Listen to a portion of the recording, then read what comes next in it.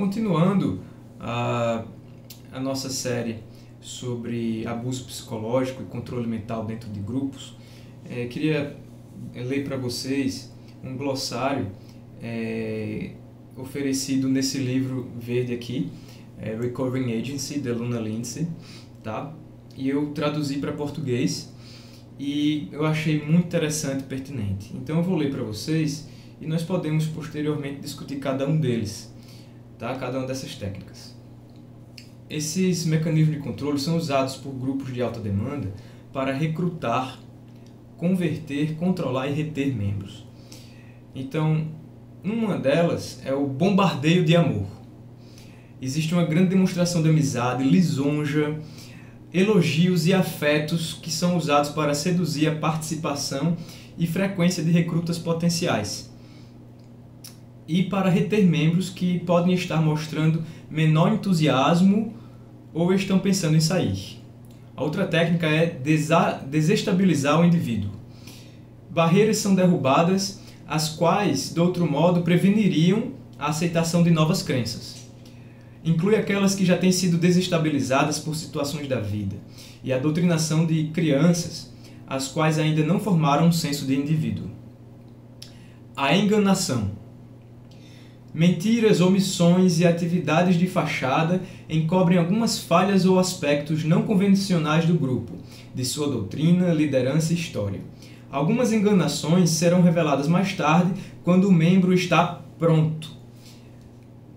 Ciência sagrada ou sistema fechado de lógica. A ideologia e o líder têm a uma e única verdade. Membros devem buscar respostas apenas nos ensinamentos do grupo. A lógica doutrinária é hermética. Os líderes estão acima da crítica e aqueles que os questionam ou criticam são imorais. Manipulação mística. Forças existem as quais são mais poderosas que a individualidade. O grupo luta por cumprir um propósito superior.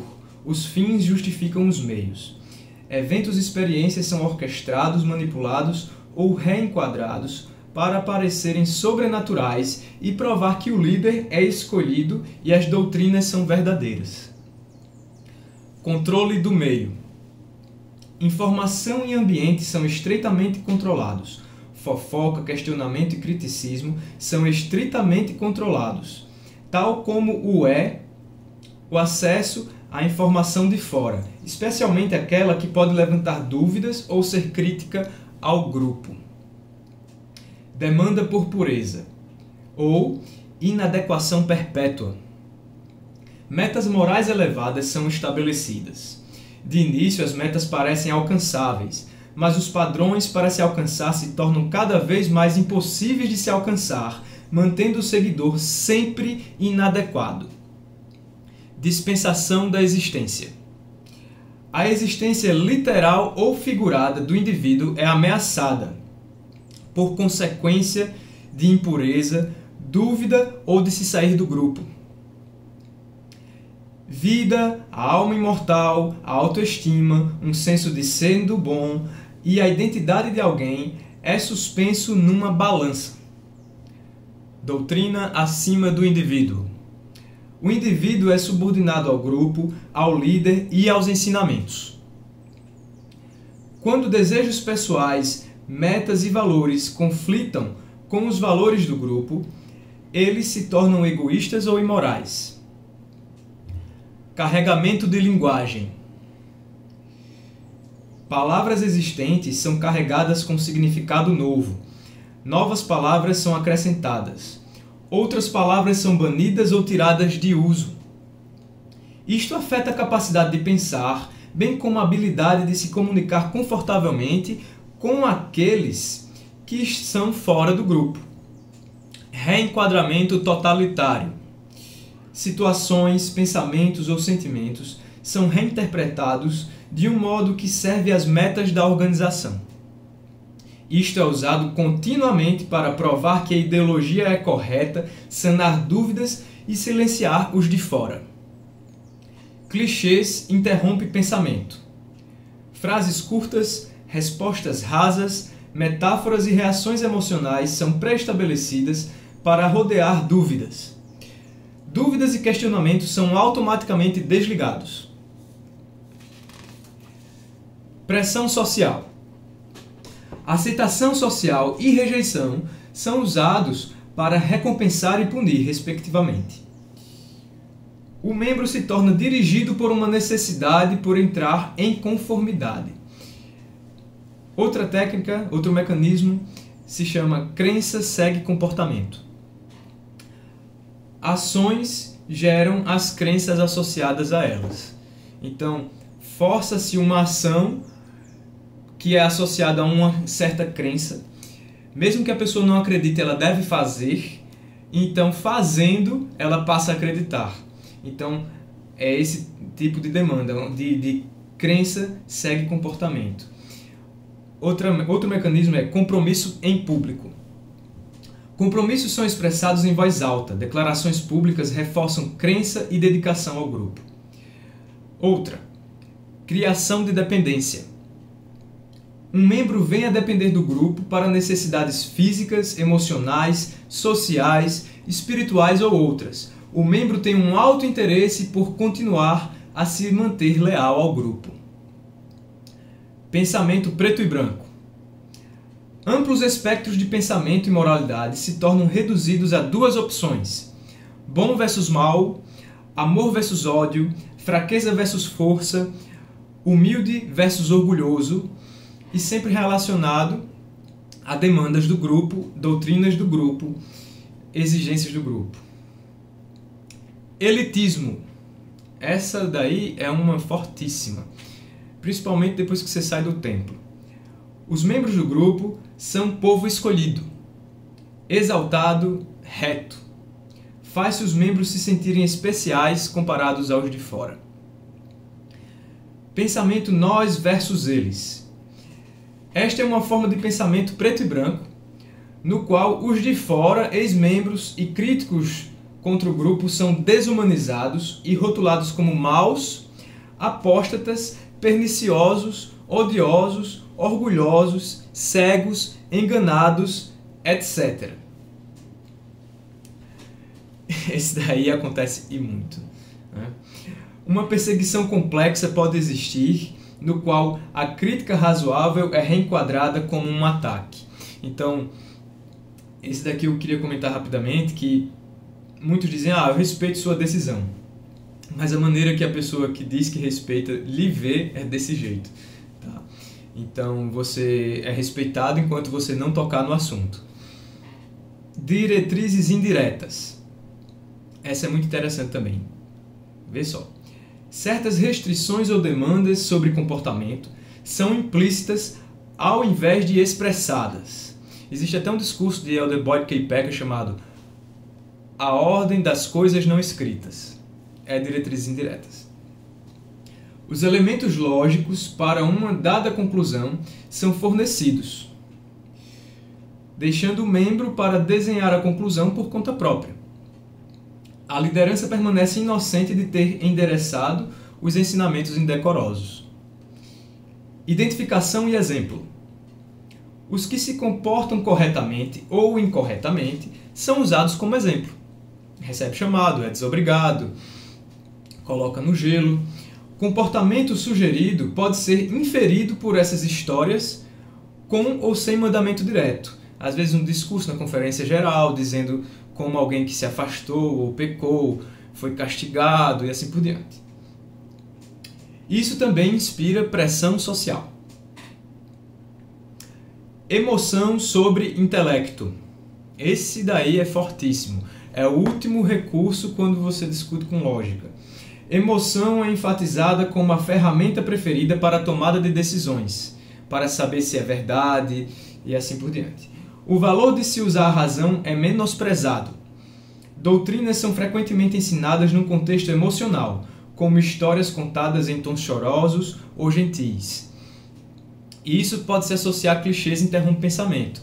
Quando você mostra alguma prova de fraude, a pessoa diz, meu amigo, eu sei que a igreja é verdadeira por revelação. E essa revelação é baseada em emoções que a pessoa teve em um momento e interpretou como isso, né? A emoção sobre o intelecto.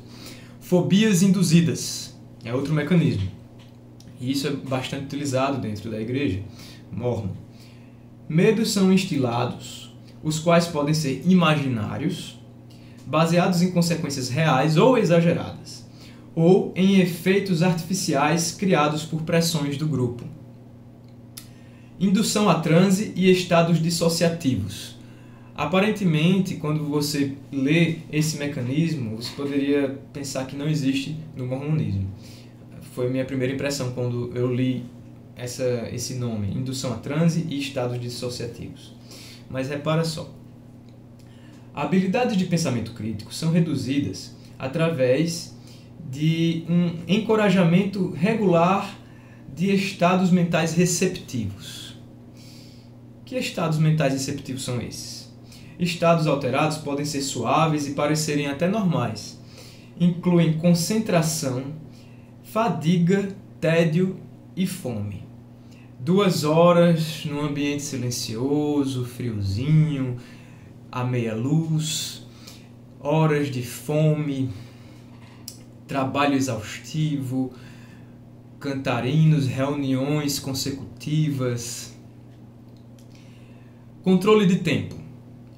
O membro tem pouco tempo ou energia para questionar crenças, associar-se com os de fora ou examinar a vida de perto. Então, todo membro novo precisa ter um chamado, ser nutrido pela boa palavra e tem outro, né? Receber uma responsabilidade, ser nutrido pela boa palavra e ter um amigo, né? E ter um amigo. Então, o tempo despendido nas atividades relativas ao grupo é fortemente encorajada ou forçada. E geralmente preenche todo momento extra.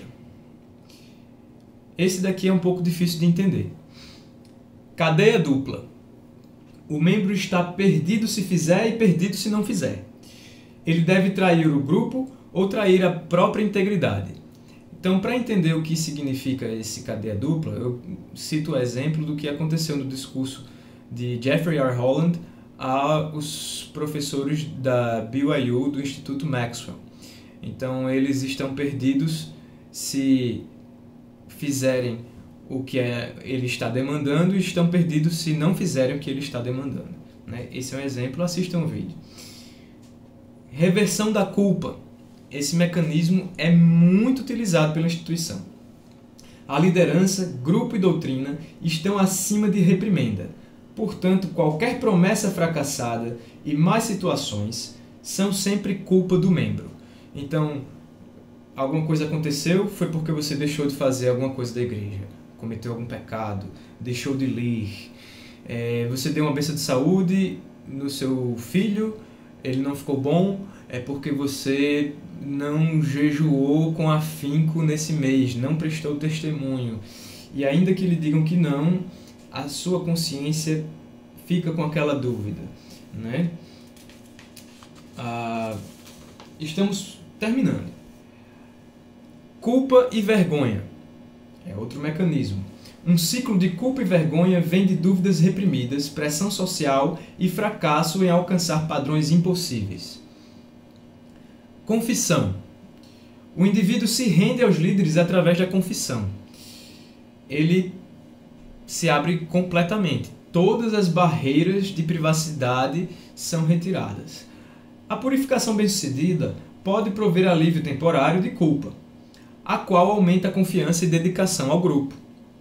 Membros são motivados a obedecer para evitar a confissão. Indução de euforia. A euforia da participação do grupo e a realização dos ideais de membro motiva bom comportamento e reduz dúvidas, enquanto provê validade para o grupo. Então é muito comum um recém-converso, né, naquele primeiro mês, ter aquele fogo, aquela gana, aquele afã, e diz, ai, como eu me sinto elevado. E isso daí é visto como um sinal de que é verdade, de que o Espírito Santo está tocando e transformando a pessoa. Proselitismo. Membros são encorajados a propagar os ensinamentos para os de fora. Isso não apenas mantém ou aumenta o tamanho do grupo, mas também ameniza a dissonância cognitiva, consome tempo e proporciona oportunidades de compromisso em público. Então, esses são os mecanismos citados por Luna Lindsey nesse livro brilhante que ela escreveu. Recomendo todos que puderem ler. Infelizmente só temos em inglês. Está à venda na Amazon. Vou deixar o link para compra nas descrições. E esse livro é muito interessante, muito útil para quem tem essa necessidade de compreender como se dá o controle mental dentro da religião mórmon e necessita ajudar outras pessoas e necessita se recuperar do que aconteceu consigo, tá? Muitas pessoas conseguem sair da instituição e ficar bem, né? Outros perdem totalmente as diretrizes para a vida, o chão, o norte. E como perderam completamente, a única solução para essas pessoas é fazer o oposto. Eita, a igreja queria que eu fizesse isso, então eu vou fazer aquilo. E isso é uma medida fácil de ser tomada, mas muito perigosa. Então, queria agradecer a vocês por terem assistido esses dois vídeos, né? A parte 1 e esse, que foi a parte 2. E convidar vocês a fazer os comentários, a perguntar e sugerir outros tópicos que podemos conversar aqui. Até a próxima!